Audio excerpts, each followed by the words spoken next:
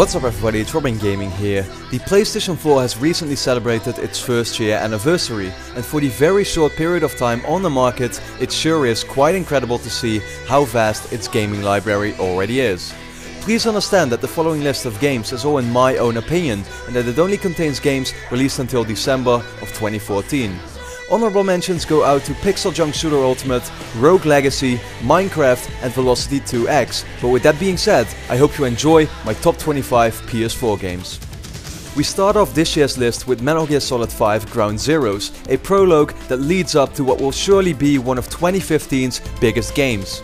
Many people complained about its very short main story length, and those complaints are no doubt justified, as you'll be able to beat it in maybe an hour or so. However, what's looked over is the several missions afterwards that were made to be replayed a lot, gameplay wise giving the total package a value that's pretty much similar to any other game. And I don't think I even need to explain how good that gameplay actually is. Outlast is one of the first games that came free with PlayStation Plus, and that's awesome because it's a very cool experience.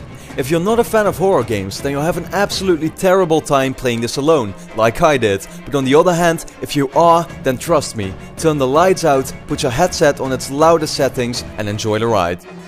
I have yet to find a gamer who has not played Trials before, whether on PC or other platforms, but nonetheless it's good to see one finally appear on PlayStation as well, being Trials Fusion. To me, this is not necessarily a game I would play for hours on end, but after your daily dose of AAA experiences, it is always great to sit back and relax with super addictive, challenging, but most importantly, very fun gameplay. From the creator of the original Resident Evil series comes The Evil Within, a game that places you in the shoes of Sebastian Castellanos, who awakes in a gruesome world where everything has gone to hell. What follows is a roller coaster ride that has you on the edge of your seat while uncovering more and more about what's going on. Though the game itself, and especially its graphics, can't exactly be considered next gen, there is no doubt in my mind that if you're looking for that true comeback of survival horror, The Evil Within is what you seek. Wolfenstein: The New Order is a first-person shooter that surprised everyone who tried it. Though a single-player only game that can be beaten within a reasonable amount of time might put some people off from spending their hard-earned cash, this is an experience with an amazing twist on its World War II story and setting, and trust me, because of that it is well worth the investment. It is always good to see companies like Ubisoft, usually responsible for big blockbuster titles, come out with a few true gems created by smaller teams. One of those is Child of Light, a game that combines accessible platforming and turn-based RPG combat with a very unique fairy tale-like setting. This emotional story that's entirely written in rhyming verse as well is just a one-of-a-kind experience.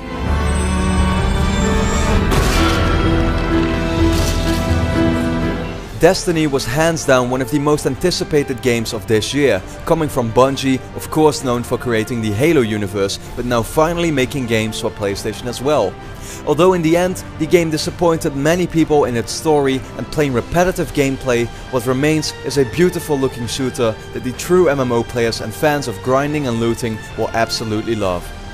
While I just talked about the first Ubisoft gem that came out in the form of Child of Light, it is now time to discuss the other one, and that's Valiant Hearts. Once again, the graphical style makes this so that it can be compared to an actual interactive comic book. The puzzle gameplay is challenging but genius, letting you make use of everything in your environment, and the World War I setting has taught me stuff that I simply did not know before. This is a game that lets us expand our knowledge while still being entertaining, and therefore it just deserves to get more attention. Killzone Shadowfall was one of the few exclusive games released on the launch of the PS4, attempting to draw more people into its series even when they had not played any of the previous ones yet. Its single-player campaign isn't more than some run-and-gun action in beautiful, small, open areas, but multiplayer is where it's at, with fast-paced action on an insane amount of standard and DLC maps, all free for anyone who owns the game, and that's surely a trend I would like to see continued. Where AC Unity promised to be the first true next-gen Assassin's Creed, what we ultimately got was a game full of bugs running at a frame rate that feels more like 3 gens back. Therefore, it is no wonder that many gamers overlooked how good the game itself actually is. Fortunately, now that all problems have been fixed, we can finally see what remains, being everything you know from the series, but just on such a bigger scale that it's quite mind-blowing. The Call of Duty series hasn't been what it was for me ever since the Modern Warfare 2 days, but Advanced Warfare may have been the first game that got me back into the series. Single player is nothing new, an explosion-filled campaign and some very nice CGI cutscenes, but the multiplayer is great fun, letting us use the exosuit that cranks its speed up to 11 to make for some highly addictive online matches.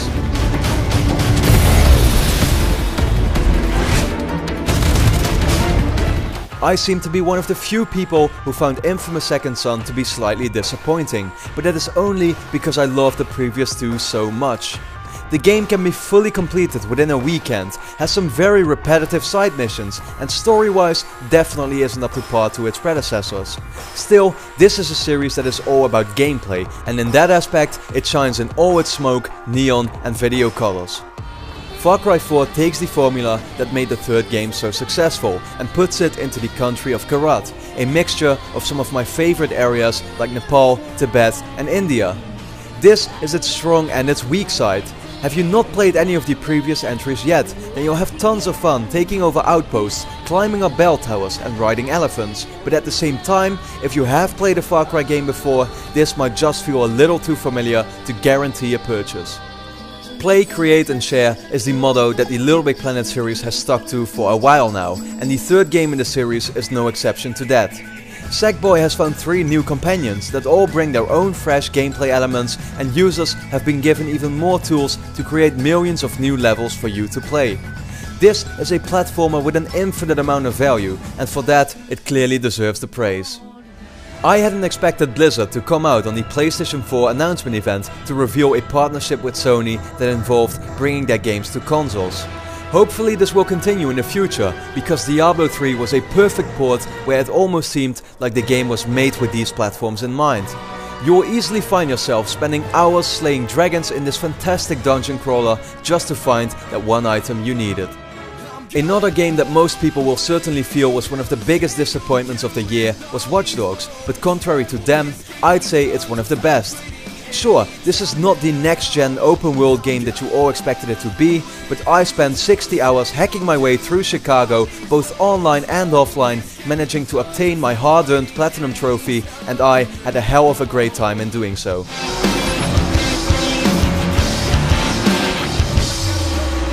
Resogun must have been the game I underestimated the most, as I would have never expected a free PlayStation Plus game on launch to make it to my top 10 1 year later. Anyone who plays it will understand why it's so good. It provides a simple shoot 'em up system with basic controls, yet keeps things fast and places objectives so you're always busy saving humans. 5 main stages and fluid gameplay, it seems that is all you need to craft something special. I had gotten so tired of the Assassin's Creed series that I wouldn't have even tried Black Flag had it not been one of the few big launch games on PS4. In the end, I am so happy I did, as it truly served as the comeback of the franchise for me. The pirate setting is amazing, the music is totally fitting, and even the ship combat combined with shanties and beautiful island views is what made this an experience that I'll always remember. Being a huge fan of Uncharted, I went into Tomb Raider the Definitive Edition with high expectations. Luckily, I was not disappointed, as Lara Croft's latest adventure had me exploring ancient tombs using my bow to take out enemies stealthily, or going all out guns blazing when I got spotted. Now the plot might not have been very deep, but the total package surely served its purpose for action-adventure fans like me. Grand Theft Auto 5 must have been the biggest game to have come out last generation, as its numbers of sold copies are absolutely through the roof. But even for those 2 people who have not played the game yet, Rockstar made an improved version, and they were nice enough to include a first-person mode that makes this game feel entirely different. Look, it's very simple. If you are a fan of open world games and have not played GTA 5 yet, this is a no-brainer. Lord of the Rings has been a huge part of my childhood, so when I played the first Dragon Age in 2009, I was amazed by how I finally got to play a giant RPG in a similar tone and setting. 5 years later, and Dragon Age Inquisition takes BioWare's approach to a new level, with giant open areas, deep conversations to be had, and an awesome story that serves as the true sequel to Origins. Because yeah, this made me totally forget Dragon Age 2 ever existed.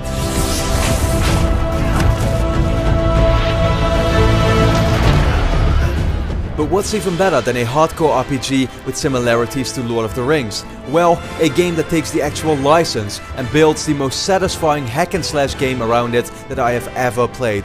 Shadow of Mordor was the biggest surprise of the year, combining Batman Arkham style combat with Assassin's Creed stealth and an open world full of content.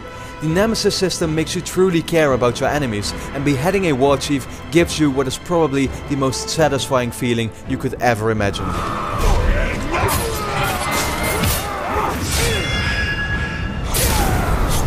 Unfortunately, there are always those games that are totally underappreciated, whether for their lack of marketing or pure visual appeal. Rayman Legends is the perfect example of this. Providing you with a vast amount of content, a stunning presentation, super fluid gameplay and music levels that are the most amazing thing ever, this is the closest you will ever get to a Mario game on your PS4. But honestly, it's even better than that.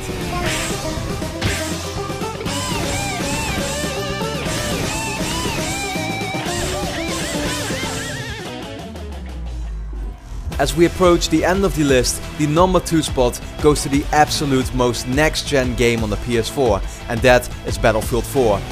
Epic scale warfare with 64 soldiers on foot, driving tanks or flying in helicopters on maps 500 times the size of your typical multiplayer arena, and combine that with its beautiful graphics and silky smooth 60 frames per second. If you need a game to show your friends what the PS4 is capable of, then here it is. Battlefield 4 is a must-have.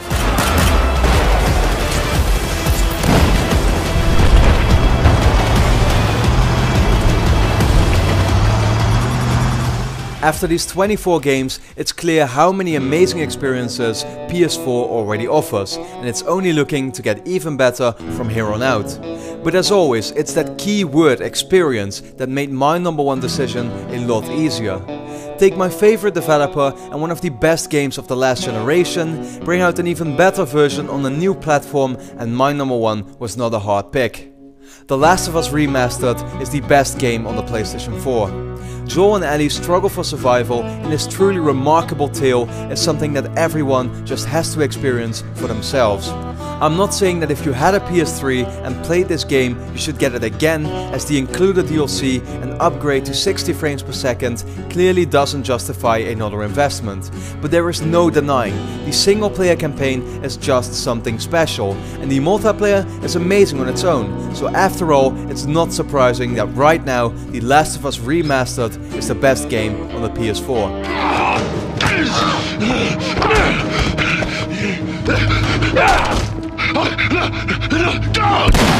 Thanks a lot for watching my top 25 PS4 games.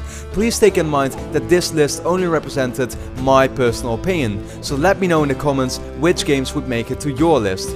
For even more, make sure to check out my PlayStation 3 and Vita lists, as well as my top 10 upcoming PS4 games for 2015.